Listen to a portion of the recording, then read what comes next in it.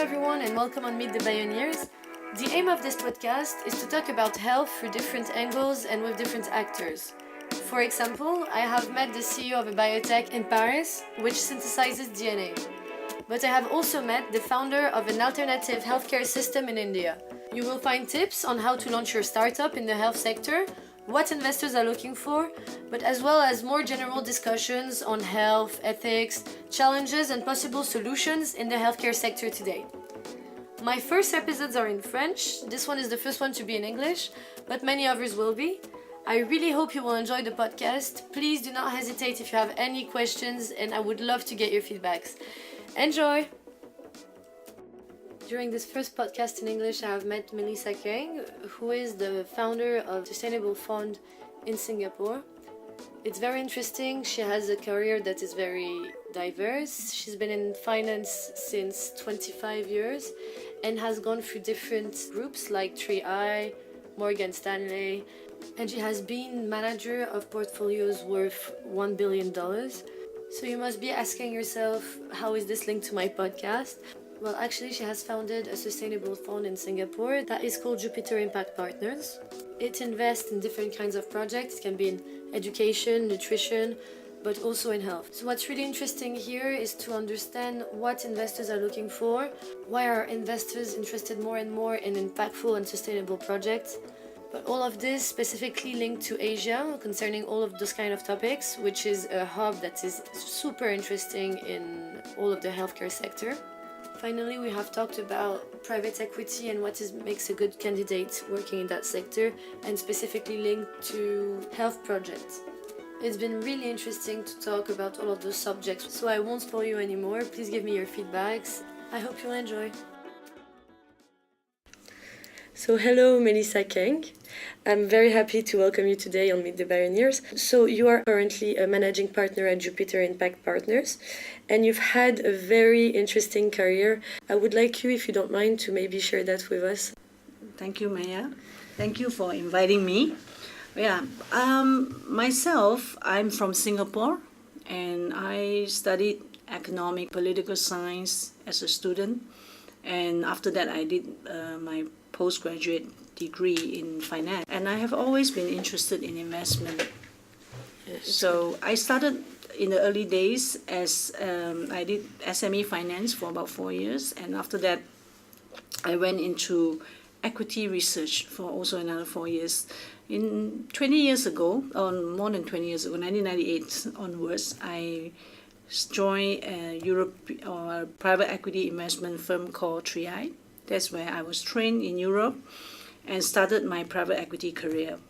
So after about 13 years, in 2011, a couple of different lenses into my career. That is to use the skill that I have gained in investment to also add on ESG and also impact lens when I look at investment. So I was very lucky that I was able to join IFC, the private sector arm of World Bank Group, and I became the regional head for private equity funds, and I relocated to Indonesia, to Jakarta, and responsible for $1 billion portfolio, and each year I invest over $100 million in East Asia that cover 15 countries. Subsequently, together with some of my colleagues, we joined Morgan Stanley, because Morgan Stanley, as one of the largest investment bank in the world, saw an opportunity to start creating programs for sustainable finance and impact. They basically recruited the IFC team. There were 4 of us to join to create the first global impact fund using private equity as the investment tool. The fund has done really, really well. It has outperformed a lot of non-impact funds. I did this until 2018. I left Morgan Stanley. The first thing I wanted to do is I really want to understand deeper the opportunities that are available for impact investing in Asia.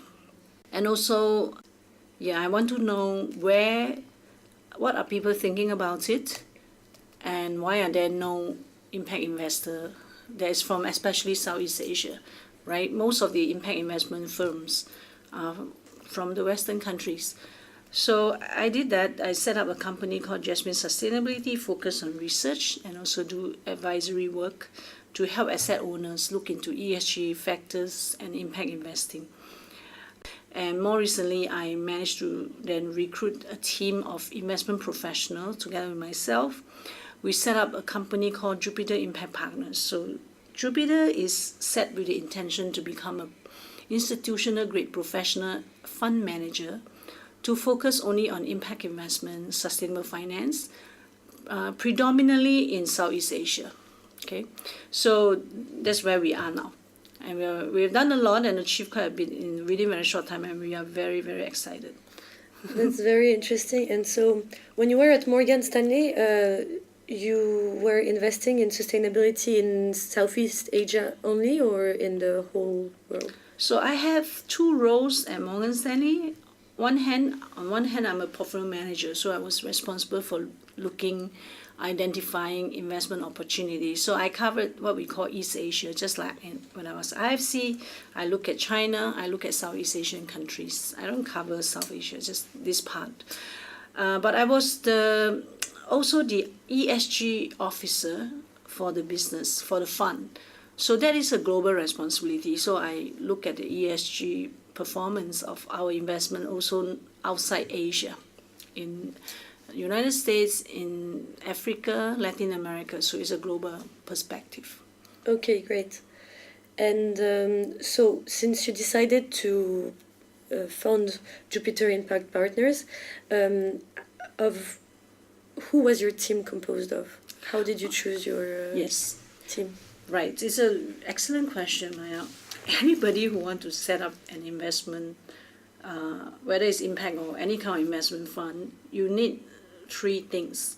Of course, first you actually need to know that there's a pipeline of deal flows, there's investment opportunities. You need to know that.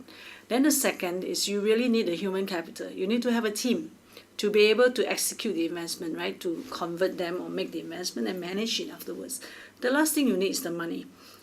So I spent a year doing the research. I found the investment opportunity. I found the sweet spot. And then I recruited the team. And these people in any investment firm, especially this is a startup, you will carry quite a lot of risks, right? Especially this is a human business. Investment at the end of the day is a really people business. So to mitigate these risks associated with people, you want to recruit people that you know. That is one, that have also understand me and I understand them, and we have worked together before. That's number one. It's a very good, important consideration. But also people with the relevant skill sets. They have been doing investment that is in the similar sectors. It's critical. So the learning curve there's no learning curve, right? They can start being productive right away. And then, of course, very critical for impact investment, that they have the same vision, that they believe this is something that they want to spend their life, the next 10, 15, 20 years of their life doing, because private equity investment is a very long-term investment. So we need a commitment. So the people that I have recruited then are colleagues that have worked with me over the last 25 years. So my co-partner, founding partner, is someone who has worked together with me. We know each other for over 20 years. My CFO is someone we worked together for 6-7 years in the same company. Know her for 20 years. I have a head of research. She has known me for 25 years. We worked together in 2 companies together. She has been working with me for the last year in the research capacity. And one other partner, he has not been a colleague, but what he has been is he has been a partner in the funds that I invested in. So we have a work relationship as well, and he has certain skill set that is really useful for what I want to achieve. As students, we hear a lot that private equity you need experience before entering the private equity sector. I don't know if that's a myth or if it's true, if maybe a student can start 3-4 years after its master to enter that world, or we need 30 years, 20 years experience in finance to actually be able to enter those kind of funds. Okay. Really, the private equity investment as a strategy has become very common this day, right? And there's a whole eco circle around it. And if you ask me, when is the best time to start private equity career? Is it true that you need to have a lot of experience first? How can you have experience first if you have to start somewhere, right? So it really depends on what you want and where you are. It's more relevant, I think, is to look at yourself. At today, who are you? And you are really interested in private equity. Then find out the whole private equity business structure. Where do you play best? Okay, so if somebody is a fresh graduate, obviously, if you have interest in private equity investment, first you need to have interest in investment. Then you ask yourself why you are interested in private equity investment, because the skill set is very different from public market investment, right? So let's say you have done that exercise and you realize, and how do you do the exercise? You go and speak with people who work in this sector and you understand. Also read books. There are lots of books now. When I started, there was no book, but now there are lots of books. So when you understand that, if you want to start as a fresh grad, you want to start by being able to do some internship, right? That's one way to learn the dynamic and what people look like. Most people that I know who have joined private equity business, nobody wants to leave. Seriously, nobody wants to leave this industry because it's one of the most interesting business, I think, in finance. Of course, there are many other interesting business in finance, but I personally have done different kinds, and I find private equity being the most interesting.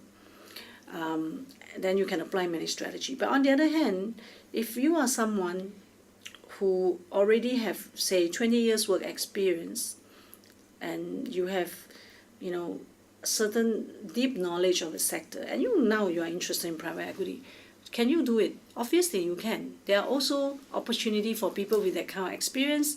You can join a PE operation as there's focus on the sector where you have experience. You go in as an operating partner or an advisor or board members. So these are possible. Other ways, but my personal view is whether you do any of this, it's not the one that most rewarding. I really believe that the most rewarding is to be the entrepreneur, to start the company with the skill the sector you understand. You get private equity investor in to help you grow that company, and then you create value out of that. I personally view that is the most exciting if you want to be involved in private equity. Yes, of course, to be the entrepreneur then. Yes, I really believe so. If it's to be the entrepreneur because you come with sector knowledge, will be the most exciting and it's the most rewarding. Of course, you take a lot of risks because at the end of the day, private equity firms, unless it's the one you founded yourself, but it is very challenging to start your own. It is very costly. But if you are working for somebody, you're just working for someone. Yes, I understand what you mean. You have maybe more freedom. Yeah, correct, right? So there may be a fixed structure, but as an entrepreneur, if you are the one who found it, you are the sector specialist, you know something, your role is to bring forward talent from different places to create the value that you see. But obviously, not everyone. Working for others help you to gain experience, obviously, right? And then we have this term called serial entrepreneur. So people like serial entrepreneur. They like entrepreneurs who start a company, do very well, move on, start another one until they are tired. On the professional fund management side, investors tend to not like fund manager that move and move and move. There's no continuity. But they liked, generally, when I was an investor, I liked that too, that people who are working for large organization and then they come up and become entrepreneur and set up their own small firm because they are the hungriest. When they are the hungriest, they produce the most result. Yes, and I believe that those kind of people also know really well the sector. Yes. They have seen different companies, they have seen some companies, yes, not work, and then they know maybe... What are the mistakes? Yeah, correct. Yes. So that is the time where they can reap the most reward. You eliminate a lot of agency costs that sometimes trapped in a large organization. And I guess that what I've heard as well is to be an entrepreneur, you need to be really passionate about your project because you're going to work on that project for a long time and it's going to be only that project. Whilst maybe consulting or private equity permit to see different kind of projects and to always be passionate about something new. Okay, so personally, I think that in anything that you do in life, you have to be passionate about it. If you're passionate about what you are doing, it becomes very easy to do. It becomes very enjoyable, very easy, and you don't really see the hardship. I mean, just take simple thing like cooking. I really love cooking a lot. When I cook, I feel very happy and easy for me. It's so easy, and I like the output, and everybody enjoy. I also know of people who hate cooking, but sometimes they are pushed to cook and they are stressed, absolutely stressed. So, and from there I saw, wow, if you have passion about something, what is the outcome? When you do not have passion for something, you do it because you need to get the food out to eat, to feed some kids. And that is not nice. It's frustrating. I think you apply that also to your professional life. You can see how it can make you more productive. Yes, of course. So I guess that's a good transition to come back to your career. So you were first in funds that were not impact sustainable funds. Why did you choose to go from more general funds to sustainable ones? I don't know if the funds that I used to invest in were not sustainable, but I do know that some of the investment that I was part of, in hindsight, I realized that those investments should not have happened. Many years ago, I have seen, where we do not ask enough questions why those investments happen. It's not so much about governance, it's the sustainability question were not asked. So in 2011, I was the managing director for the private equity fund of fund business for ING Group. I was based in Hong Kong, and then I have lived in Hong Kong for about 4 to 5 years, and I spent a lot of time in China. And living in Hong Kong is a very interesting place to be in for a few reasons. Hong Kong is a place of two economies. It is just like any other emerging markets you see. So you can get the most luxurious thing, the most high-end thing, most developed markets, but you're also living with 1 million people that are living below poverty line in Hong Kong, in the same city. So you see something is off balance, right? To me, that's off balance. And I was trying to see, is there a way I can do something about this through my job? But I find that it was not the focus of whoever I was working with. It was not the main focus.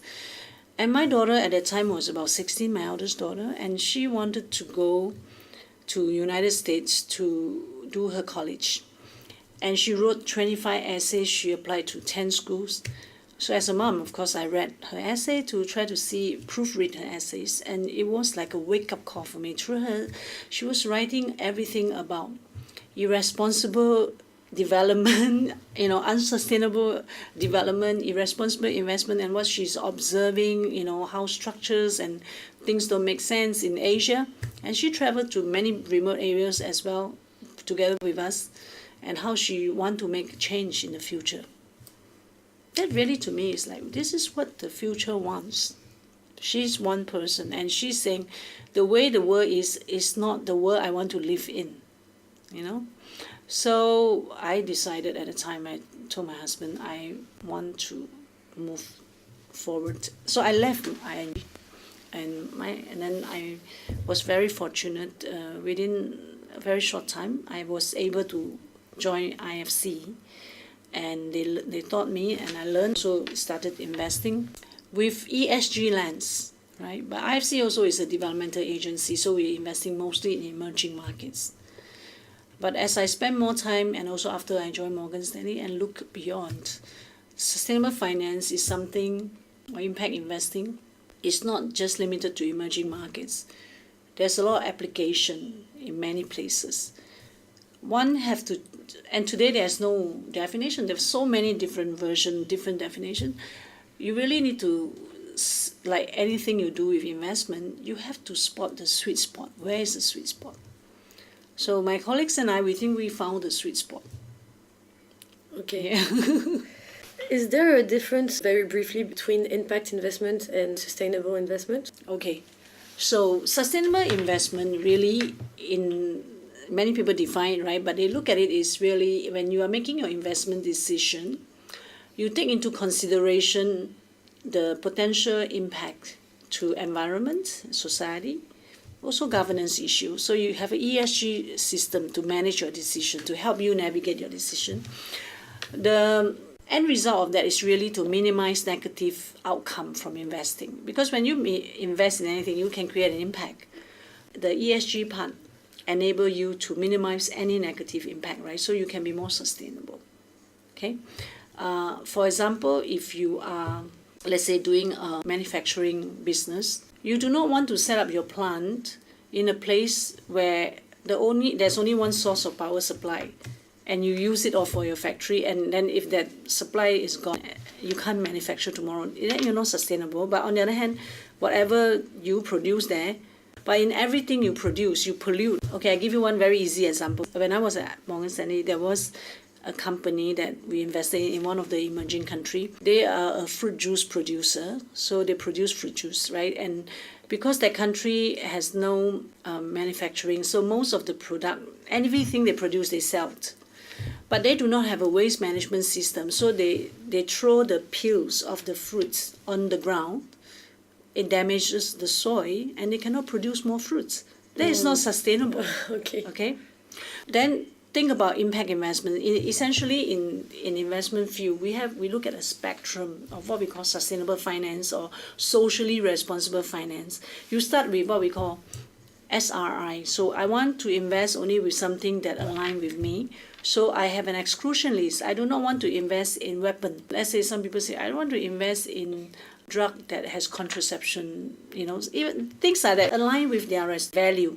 That's one. Then the second one would be this, with an ESG consideration. That is just not only I care about what I don't invest, I also want to make sure when I invest, I do not create negative outcome. Okay. Then impact investment is the strictest form of what we call sustainable finance. You need to first know what you don't want to invest. You also need to make sure that you do not create negative outcome into the environment, to the world, and also governance. You do not want to say, okay, I do all this good thing, but the money is not clean. It's corruption money that I'm using, right? So it's governance important. Then when you come to impact investment, you have kind of targeted impact that you want to create.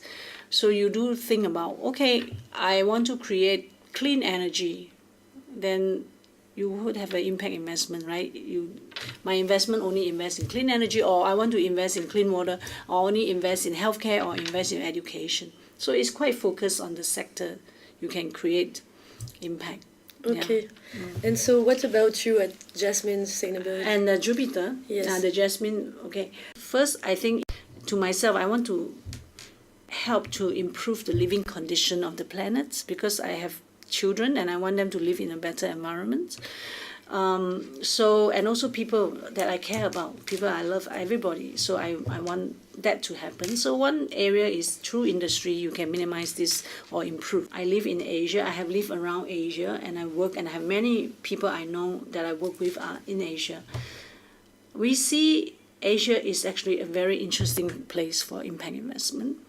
And what we want to do is what we consider a triple bottom line investment. So we want to focus on small, medium-sized companies, because small, medium-sized companies in Europe, I think they are the engine of growth and the creator of jobs. And this will be the case also for Asia. If you go to Cambridge Associates, this is a consultant for private equity, they published a report recently on the performance of impact. So they created an index that is with AUM about $13.7 billion.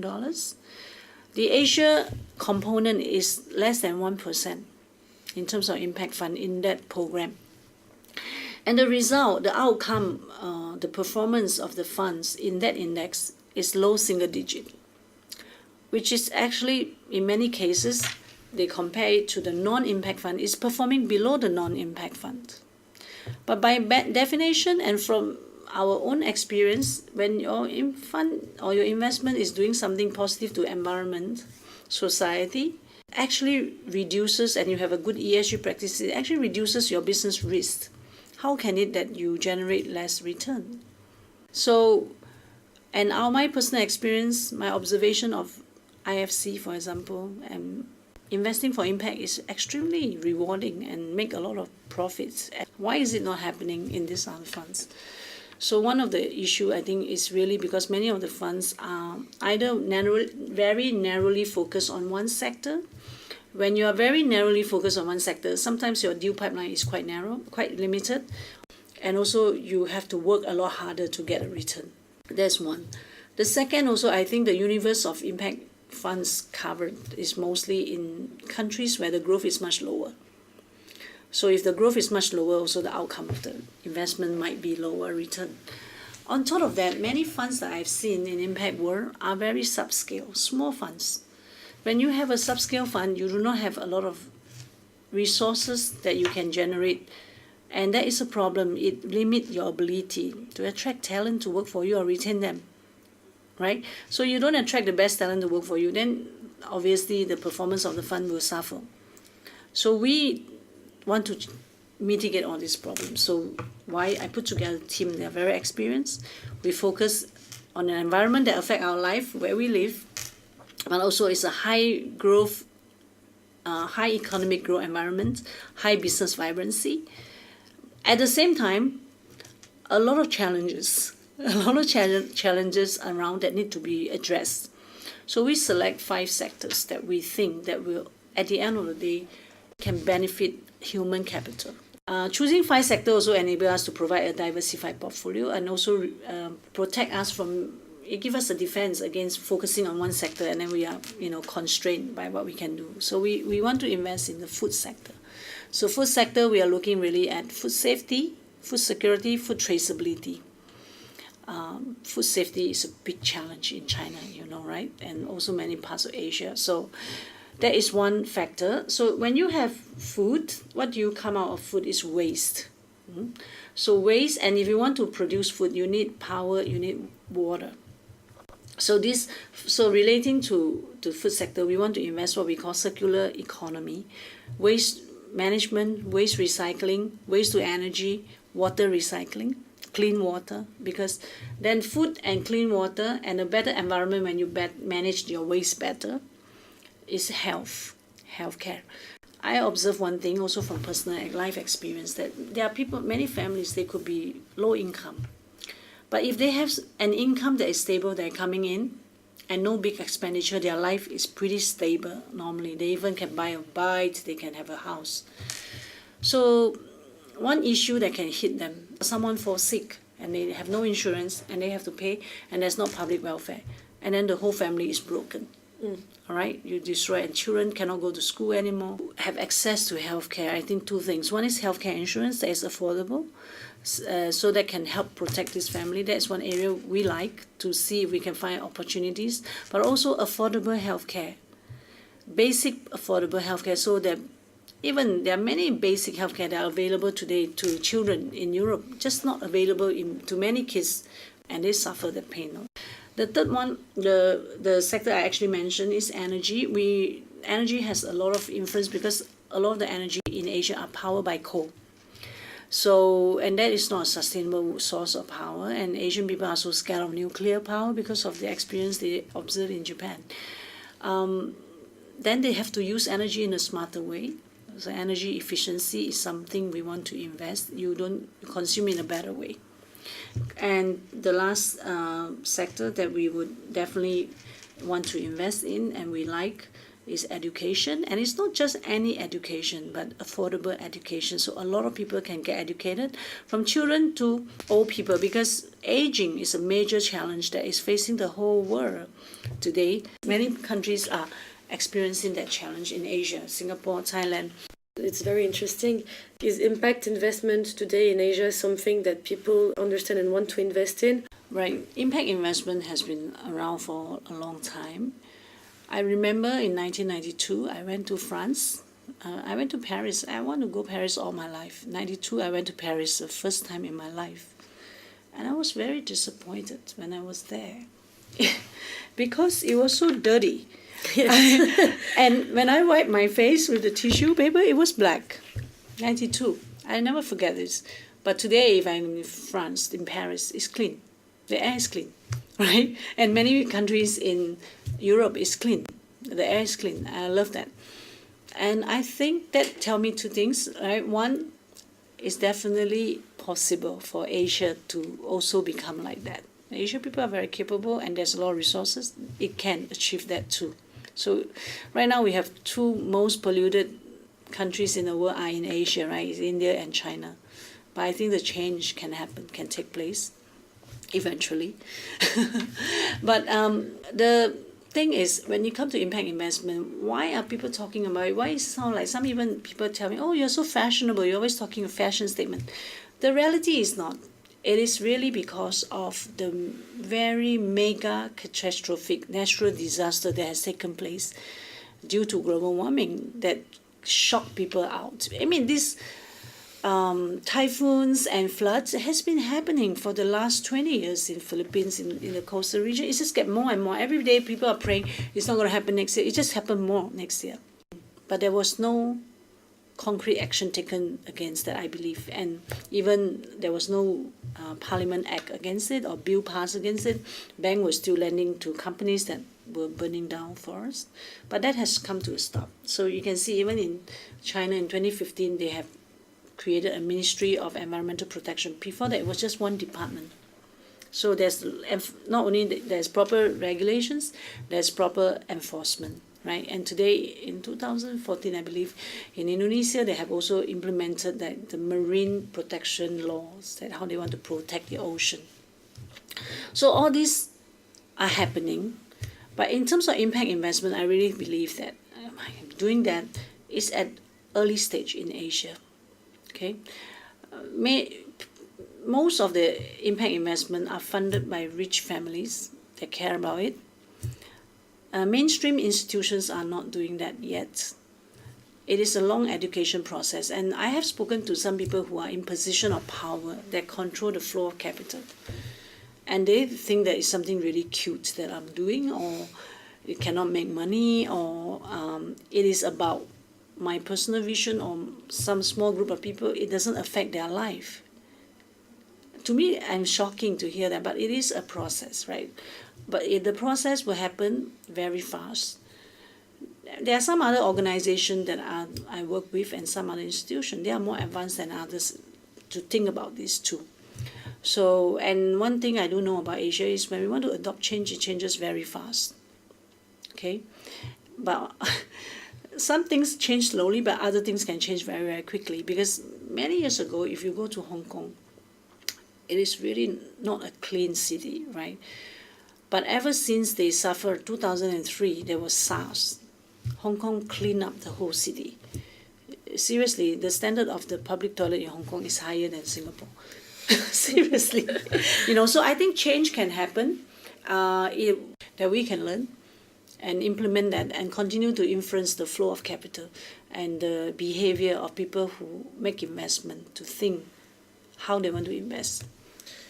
Do you believe we just finished a week here at ESSEC that's called the Imagination Week, and the theme was Living Together in 2050. And so we talked about many different subjects. And as I listen to you, I think to myself, is finally impact investment going to be turned into laws? And you have not impact investment, but sustainable investment. Is it finally going to be something everyone will have to do?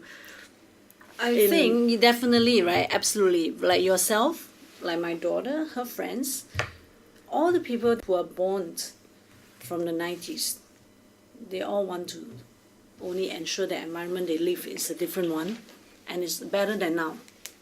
Okay? They're tired of all the disasters that's happening. So the millennium that we call it, majority wants that, and they're going to be people who are going to take over the wealth and the control of the world. This is what they want, right? So it will move definitely from a few very sensitive rich people, billionaires that put some money to make changes. It's going to become, I think it will not take very long, maybe 2 decades at most, it will become the main consideration. I have seen family office that have converted themselves 100% to sustainable finance only. And I'm optimistic, and my personal goal really is I think that in the future, all investment program must have an ESG consideration. Of course. Since more and more business are going to probably be more and more sustainable, we can think about the fact that it's going to be really profitable to invest in those kind of... Of course, it will be. And next time, I think going forward, investors are not, and even business owners, they are not just going to report to their shareholders how much profit we make. They also will start reporting to the shareholders how sustainable we are, because it has started. In Singapore, the stock exchange has started in 2017 that it's mandatory for all companies to publish a sustainable report every year, right? Disclosure. So it's just going to get, the bar is just going to raise, and the other stock exchanges are going to follow. Yeah. Okay. And so to come back on a previous point, as a pharmacist, I would like to join that sector. And so I think to myself, is having a specialization in pharmacy, is it something that will help me in that kind of sector? Are, for example, people in your team specialized in something particularly? Or is it good to be adaptable and being able to understand different kind of sectors equally? Well, I think a lot of people, many people can become an investor. You don't really need to come from any kind of background. In fact, when I was a young executive doing investment, I was told, if you want to do investment, you just need two things. You just need money and a lawyer. You can sign a contract, you can make investment, right? But increasingly, it is becoming more and more competitive. So let's say private equity firms, they are interested and to improve their ability to analyze business opportunities in certain sector. They want to recruit or build a team that have a sector specialization. But if you are somebody who has just finished a degree, 4 years, are you going to be a real expert? I don't think so. Seriously, you will forget it because you do not have the practical industry experience, right? So personally, I would look at this quite different. Let's say if I were to advise a young person, I would look at it quite different. I would say you need to understand yourself. What is your passion, right? What do you want to do in your life? You said, well, I really like to do investment. Okay, the whole business of doing investment is quite different from investment itself. Okay, you can learn everything about investment through doing a CFA degree, program, or read up. But essentially, you need to be a people person because it's all about people. How to influence people, how to negotiate, it's all about negotiation and manage, right? When you want to make investment, there are two kinds. The simple one is go to the stock market and buy shares. Look at technical reading, the index, buy the share when the price is down, sell it when it's high. Very simple. You can do it no matter what your qualification is, or even if you have no qualification, right? You can learn the technical reading. I learned that too. Very easy. When you want to do private equity investment, it is very interesting because the money does not change hand between two people. It goes into the company and it is negotiated privately, so you have a chance to say what I want this money to achieve. So you must be able to negotiate and monitor where the money goes and provide input.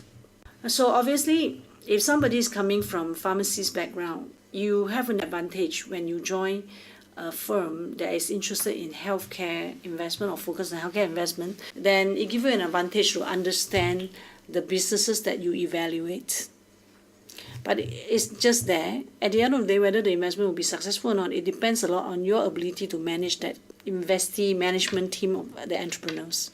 So the people skill, I think, is quite critical. Okay, so it's not necessary, but it's a plus. For example, I'm hiring intern to join me. I'm not so critical about what industry they come from, but they must have certain basic skills that I need, like to do financial analysis, to ask questions, prepare material, write papers, and being analytical. It does not matter what background degree you had before, but to me, obviously, if I have a student who is a pharmaceutical background, I will ask the person to do the healthcare deal.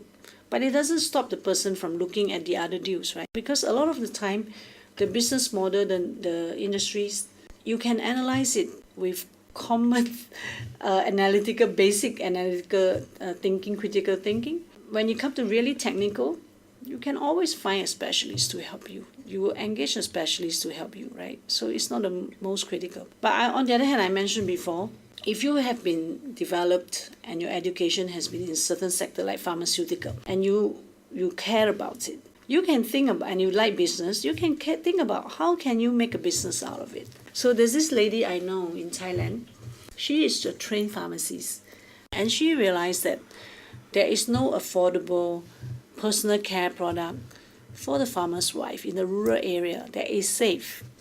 If you look at a lot of the products that is sold by the FMCG companies, some of them may not be the safe. They may be affordable. They may not be the safest to use. So she then decided that she want to create a product out of it. So she created a range of healthcare like sunblock, skincare, moisturizer, cleanser, personal care, and she bring them to Korea, where they have very advanced technology to manufacture this with natural ingredient but very low cost. She then sell it through 5,000 7-Eleven stores and not fancy departmental store. To the farmer's wife, they can buy a tube of cleanser, cucumber or aloe vera or something, and it is $1.50, and she can use for 6 to 9 months. The business is done really, really well. But she's a pharmacist and she has a personal life requirement that she need to spend more time with her family. She decided to sell down some of her shares, right? So she sold some of her shares and take a step back, just remain as a board director of the company. And the partners that I work with, they managed to recruit a very interesting team from an FMCG, branded FMCG, to form a management team. And all, I think majority women, CEO, CFO, chief marketing, took over the business. Within a year, they doubled the business. Oh. And then expand from Thailand to Philippines to Vietnam. Very exciting. Yeah. And the CEO, I think she's trained as a mechanical engineer. Oh, you can adapt. Yes, she did an MBA, but I think she's a mechanical engineer, or she's an engineer. Okay. And so the idea here is that basically you can produce products that are healthy for people for not that much money. Yes, no. Actually, healthcare product is very cheap. Skincare product is very cheap. The expenses is on advertising and hiring celebrity to endorse the brand. I think that is where the cost is. For this, they don't need celebrity. So they sell it in, there was not even proper product available. So there is a gap in the market, right? But the key was she was able to break the channel, right? To create a distribution channel. Okay, so how come is there so many unsafe chemicals in different products if it costs the same in your opinion? I have no idea. No idea. Honest. I really think it's a little bit controversial, right? I suspect that a lot of time businesses are under a lot of pressure to produce profit, and growth is expected from shareholders every year, and higher profits every year. How can this be sustainable? Every year, higher profit, higher growth, and constantly pushing the team, the people that work for the company, the employees, to look at way to cut costs. I don't know what this is, right? That kind of dynamic, is that the only way to grow in business? Is that the only way? How can you reduce your cost of production then is to put chemical into your product to reduce the cost? I was involved in an investment recently in Indonesia. So we needed to conduct the ESG due diligence on this company. And I asked my team, please, because this is a seafood processing company, they need a lot of refrigerator, right, to keep the seafood fresh for export. So I asked them to check the gas, what is used in the refrigerator. And my team was shocked. It's like they contain CFC that damage the ozone. This is banned in EU. So the management team were very scared that we will turn down the deal, and they went down every shop, everywhere to find the gas to replace. They cannot find it. It's not available. Does not contain CFC. But in Singapore, the refrigerator don't contain CFC anymore. It's banned. Yes. Right? So who are the producer of these products? Very big names, listed companies, and many shareholders probably are part of wealthy family also. I don't know, big asset manager. Yes. Yeah. But that ozone, you can sell it to Indonesia, doesn't matter. You live far away, you are in somewhere maybe in America, you don't know, you don't see Indonesia. But they damage the ozone, also damage your ozone. Yes, of course. Right? And then also the part about, somebody was laughing at me and said, why your farmer's wife needs skincare? The farmer's wife in the past don't need skincare. Actually, the truth is also because of this climate issue that they face. The ozone is much more damaged now than it was be, and the sun is a lot more damaging. And they work under the sun all day, and the air is a lot more polluted than it is. Yes, of course. Okay, so thank you very much for those precise examples. It's very interesting. So something I think about a lot is what would be a dream candidate to integrate the impact investment sector, in your opinion? Okay, a dream candidate, it depends really on what level. I have worked with many people. Last year, I have a great opportunity to work with one person in Indonesia. To me, he's a dream candidate. So this person, his basic degree is economics. He's extremely analytical, passionate about investment, has very good eyes for details, and he is like a poker player. You cannot understand what he's thinking, but he's extremely thoughtful. Self-starter, you don't have to tell him what to do, he already knows what to do because he's so interested. And he doesn't ask, what do I get out of this? He just do it because he really enjoyed it. We worked through a few deals together, and late nights I asked him, please go to bed. He's still doing it together with the other people, and he's inspired younger analysts as well. And after the work, he would write to me and thank me. Thank you for giving me this job. I really like it. And he's working really hard. I was like, oh my God, this is a person that I must always have him in my team. But this is, to me, is a dream candidate. It's a person, I mean, you put it in a simple way. It's really someone is self-propelled, self-motivating, self-managed. I like people they are like that. Yes. There are also situations where he tell me, no, you cannot do this. This is wrong. It will not work. He would stand up and tell me that. Okay. So he's opinionated. He pushes his opinion at the right time, and he works hard. And he's also fun to work with. We have a lot of fun together. We have a lot of jokes together, and we love to eat nice food together. He's a great guy, and I really think he, to me, is a dream candidate. I wish to meet more people like that. So he has both sides. There's a relaxed side and there's a professional side. How old is that man? The candidate, Yes. this person, he's 31 years old now.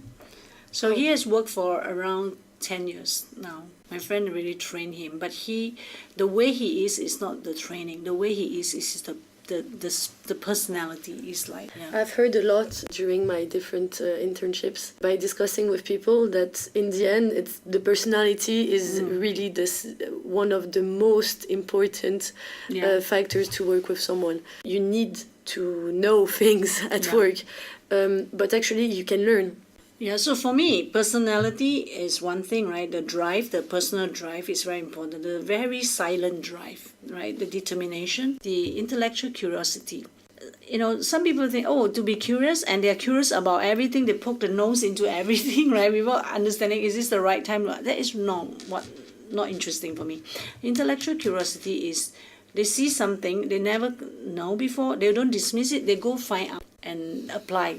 I think that is very, very unique. I like that. It's not everyone. Do you have someone in mind if I ask you someone inspiring? For me, people who inspire me, I realize it's always someone younger than me. It's never. Younger people learn faster. Today, my daughter is 24. At 24, she's far more educated than I am. She's far more knowledgeable than I am. She's far more technically savvy than I am. And because people learn much faster, the ability to learn, the access to knowledge is available.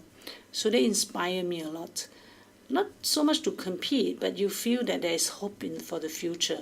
And then I look at my younger children, the younger second and the third one. They, at their age, just 7, they are far more ahead than their sister when their sister was 7. The newer generation, they learn more and more than the previous generation. What do you believe? Why so? Is Why it is it because like the society goes faster and faster and they need to keep pace? Okay, no, or? two things. It's really the availability of resources, technology, innovation. So during my time, we don't have phones, right? But today, my younger kids, they are learning with iPad in school. So the access to information through technology is a lot more. I think that's one factor, the exposure. Also, during my time, I have never traveled out of Singapore until I was like 21 or something like that. I had my first flight when I was 21. But my daughter started traveling like since she was like 2 years old or something, and she's been to many, many countries, and she's even been to Africa, and I haven't been there. But the youngest one, they have also traveled a lot. You know, so traveling also give you a lot of knowledge and exposure and impression. Maybe until I'm 21, all the people I know are Singaporean people, but my youngest kids were at international school since they're 4 years old, so their friends are very international, so they learn a lot more stuff. So I think the environment, the technology enabling that. And don't you think that the fact that the kids have an easier life today, maybe in Singapore, in France, maybe makes them less hungry to build big things? It's a good point. Okay, I have heard of this saying, capable parents can produce very useless children. Some people say that, and that's something scares me. So if the parents are very capable, they do everything for the children, there's nothing for them to do. So the kids just wait for something to happen. But I don't really think that in today's world, children have it better off than my time. My time, I have a lot of time of my parents.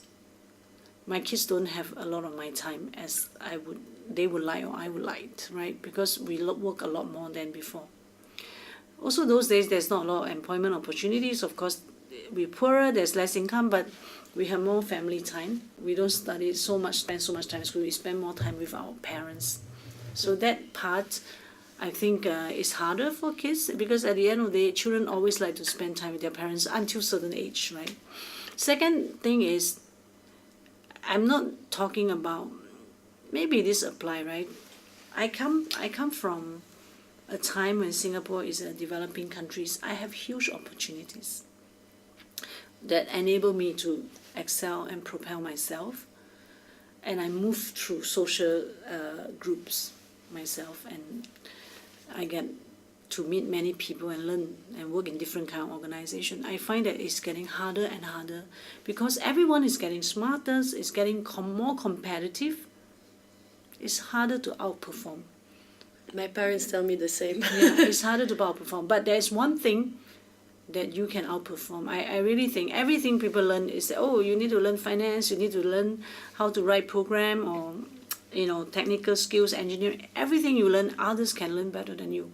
But there's something that you can have, young people can have, and it doesn't, it is regardless of what industry or what sectors you are focused, that nobody can outperform you. Even AI cannot outperform you. It's called creativity. And creativity does not apply, and sometimes people so narrowly thinking, oh, it's about arts. No. Anything you do has creativity. Anything. There is a lot of creativity in impact investment. How we design it, how we structure it, how we look at opportunities. A lot of creativity. How we create programs for investors.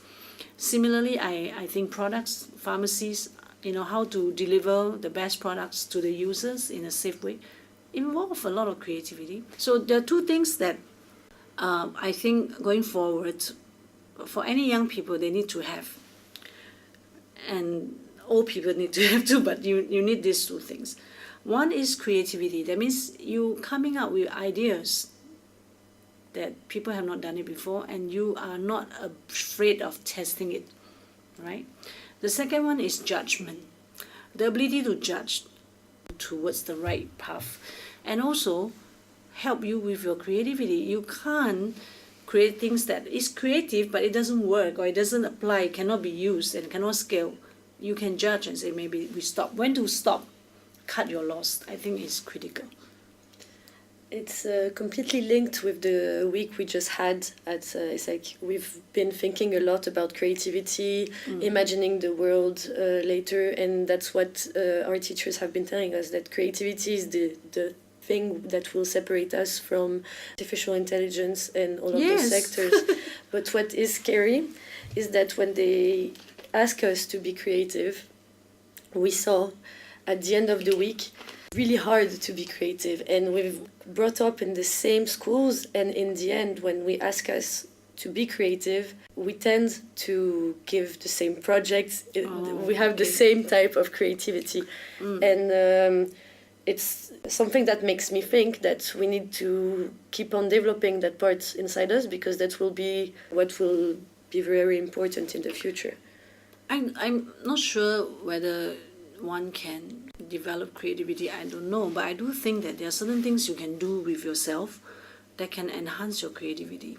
For me, I find that traveling, I make sure that I have some travel that give me a different impression. It has a stimulation for me to think differently of things, you know. So sometimes doing something in a fixed way for too long, you get stuck. Go away, go and do something different. It inspires you to do something else, right?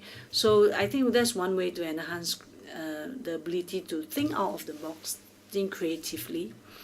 And for me, I always draw analogy in different things I see, and then I try to look at it from different, in different perspective. How does this relate to me? Is there something I can learn from it? It helps me a lot in thinking of solutions. Creativity is about giving solutions. Some people are born more creative than others, it's true. I have twins. One of them definitely more creative than the other one. It's born like that. It's always producing something with hands and drawing. But creativity is not limited to them. There are more than that in your life path. Yes. And there is something that really interests me in what you said. Do something that someone hasn't done before. And you didn't say just think about something that someone has never thought about before. Because during this week, actually, what they keep on telling us is that everyone has thought about probably the thing you have thought about. Of course. But the only difference you can have with them is to actually do it. And, yes. And it's the way of doing it as well. Yes, obviously. And always is not always the one who first think about it, is the one who succeed. Exactly. It's the one who can carry through. And thinking of something is easy. Carrying it through is the hardest. And that's the reassuring part. I believe that we still have room to do things, many things. Oh, of course. There are many. Yeah, I mean, you are already doing something creative. I haven't come across a student that is doing a podcast and want to talk to me about investing for impact over podcast. So already quite interesting and unique. Thank you. And so would you like to add something maybe to the podcast? Yeah, just there's a questions I think sometimes students like yourself from another country will ask me whether you are handicapped or less advantage for you to work in Asia, for example, you're from Europe. So I think Asia offers a lot of opportunities for many people because it is high growth. But on the other hand, Asia is also full of resources and young people. You cannot look at it whether this is Asia or this is anywhere. You just need to be able to offer something more unique than others. But it cannot, how do I say, sometimes some people have this attitude, right? Because I'm from another country, I'm different. I'm from a more developed country, I'm different. I should be treated differently. No. If you join any organization, you will be like any employees. You are expected to work hard. And I don't think you are disadvantaged if you meet the company where their needs is what you can offer. Because Singapore, for example, is a very open society, right? All kinds of people live here. Many companies are here. Hong Kong is the same. In some countries, you may have language barrier, maybe. But on the other hand, for example, I know many French people that are working in China. So if you're interested to work in certain markets, you need to build your network. Developing a network is very critical. Yeah. So personally, I also think it's extremely hard for me to move to France and work there because I don't speak French. Yes. And it's true that I think that in Singapore we speak a lot English. So then but you have lower barrier to be here. You don't you can speak English, you can get around. You don't need to speak Mandarin, you don't need to speak Bahasa. It's not necessary. But here it's really focusing on what can you offer. And you should not shy away from competing for the right opportunity that you're interested in. You shouldn't shy away from networking. Okay, great. Then thank you very much for all of this. It's been really interesting and very useful to me. Yep. And I think to many other people as well. Thank you. My pleasure.